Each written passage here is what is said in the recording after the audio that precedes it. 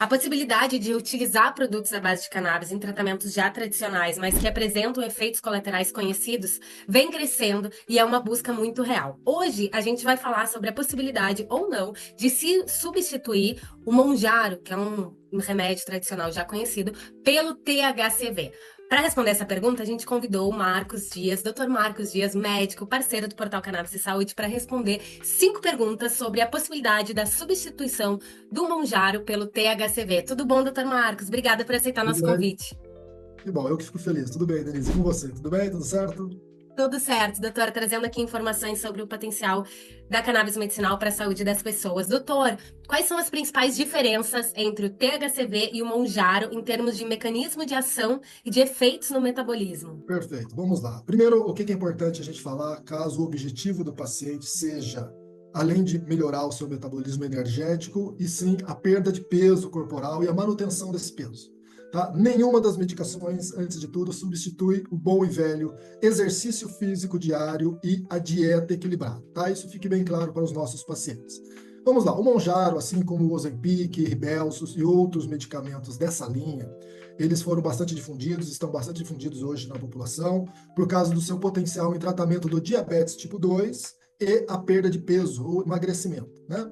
Esses medicamentos, eles têm a característica de mexer com o quê? Com o peristaltismo e o atraso do esvaziamento gástrico e demorando mais para levar o alimento ao intestino. Isso avisa ao cérebro de que a gente está com a comida no estômago por mais tempo, fazendo com que diminua o apetite. Né? Além de ele mexer com os mecanismos do centro da fome no organismo. Então, o Monjaro, já estabelecido, um medicamento do mercado, tem uma perda de peso por causa desse mecanismo. Ele também diminui o quê? Diminui a quantidade de glicemia circulante, né?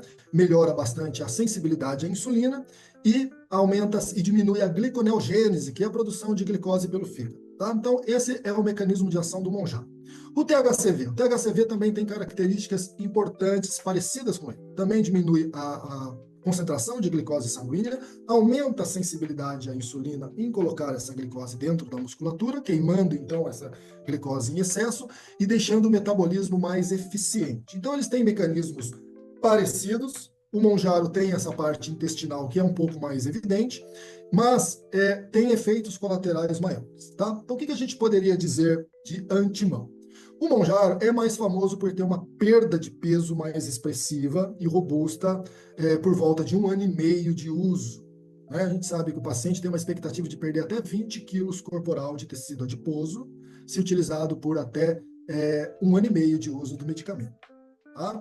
O THCV talvez tenha uma perda ponderal, perda de peso, não tão expressiva como o Monjaro, mas ele tem uma ação muito importante no sistema nervoso central, com efeitos ansiolíticos, que é o que faz o paciente, às vezes, ter o reganho de peso ou a compulsão pelo alimento. Então, a gente poderia dizer de uma forma simples, se a gente fosse resumir essa diferença, é que o Monjaro vai mexer basicamente com o seu metabolismo e ponto final, visando o emagrecimento e a melhora do diabetes. Enquanto o THCV vai mexer também com o metabolismo, de uma forma um pouco menos eficiente, mas ele tem um segundo ponto, que é a ação no sistema nervoso central, no sentido de controlar ansiedade e compulsão. Então, ambos têm uma vantagem óbvia e ambos têm uma desvantagem. Tudo bem? Esse seria em relação ao mecanismo de ação de ambos. Ambos vão melhorar níveis de glicemia, vão melhorar a sensibilidade à insulina e vão fazer a perda de peso e controle do diabetes tipo 2, que é o perfil do paciente que procura essas duas medicações. Tudo bem? Vale lembrar também que ambos talvez tenham o seu momento melhor. Numa perda expressiva inicial, poderíamos lançar mão do Monjaro, que vai ser interrompido em algum momento. Não é um medicamento para uso contínuo e crônico. E num segundo tempo, aí entra o THCV, para manter essa perda de peso e esse metabolismo adquirido. Tá joia? Perfeito. Doutor, em relação aos possíveis efeitos colaterais, como é que funcionam dos dois medicamentos? Vamos lá. O Monjaro é famoso por ter algumas consequências, tá? O mais óbvio deles, logo no início do tratamento, são as questões de efeitos gastrointestinais. Então, o paciente que já experimentou ou vai iniciar o tratamento com esses medicamentos análogos do GLP-1, que a gente chama, vai perceber o quê? Náuseas evidentes. Tá? Essas náuseas, inclusive, conforme você vai aumentando a dose da medicação, e isso faz parte do protocolo de uso, vai também se acentuando.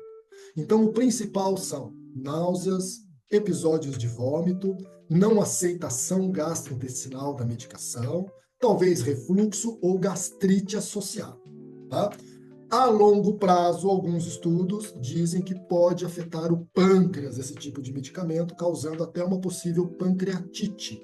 Tá? Então, eu diria que o Monjaro, basicamente, vai ter o efeito colateral no sistema gastrointestinal, que é onde ele atua principalmente, tá? Levando até quadros mais severos. Tudo bem? A perda de peso dele também abrupta, às vezes pode levar a uma perda também acentuada de massa magra, o que não é interessante, porque no processo de perda de peso, o nosso objetivo é o quê? Perder o tecido adiposo, a gordura, mas não nos interessa perder esse tecido tão importante que é o músculo, porque é o próprio músculo que queima a glicose em excesso no corpo. Então sabemos que uma perda muito abrupta de peso ponderal, indiretamente pode levar à perda de massa muscular. Tá? Em compensação, para o outro lado, o THCV, que é esse medicamento tão promissor na perda, na manutenção do peso e no metabolismo, não tem esse efeito colateral evidente. Tá? Alguns podem associar o THCV com efeitos colaterais realizados ao THC, mas isso não foi estabelecido. Ele é um medicamento que ele não tem características entorpecentes. E ao contrário do THC, ele não aumenta a fome, ele diminui a fome, trazendo saciedade. Então, os efeitos colaterais, se a gente for levar em conta, o Monjaro, que apesar de ter uma perda mais expressiva de peso, ele é mais carregado de efeitos adversos. O THCV, talvez assim como os outros canabinoides, os efeitos colaterais podem ser mínimos, às vezes um pouco de sonolência ou sedação em doses equivocadas, mas ele não é entorpecente, não traz os efeitos gastrointestinais e até onde se sabe não tem relatos em relação à pancreatite, causada talvez pelo outro medicamento, se em doses equivocadas. Doutor, então sim, se um paciente chega com essa motivação de trocar, de descontinuar o uso do Monjaro e começar a usar o THCV, existe essa possibilidade. Claro, existe essa possibilidade e eu digo mais: se o paciente está tentando dar continuidade àquilo que ele conquistou nesse protocolo de perda de peso e melhora do metabolismo, mais saudável e mais interessante para ele seria desmamar em algum momento do Monjaro, que isso já iria acontecer mesmo, porque não é um medicamento para se usar continuamente, e nessa transição ele entrar com uma medicação que tem muito menos efeitos colaterais, que é o THCV, que pode estar mantendo o metabolismo dele otimizado, pode estar mantendo o controle do centro da fome e sem os efeitos adversos. Então, eu acredito que essa transição, aliás, é extremamente indicada. Você abandona um medicamento que, de certa forma, é um pouco mais carregado, quando você já conquistou um objetivo inicial, e para que não tenha o reganho de peso corporal, não tenha o retorno dos níveis elevados de glicemia, aí você entraria, por exemplo, com o THCV. Nada impede do THCV ser o medicamento inicial e único.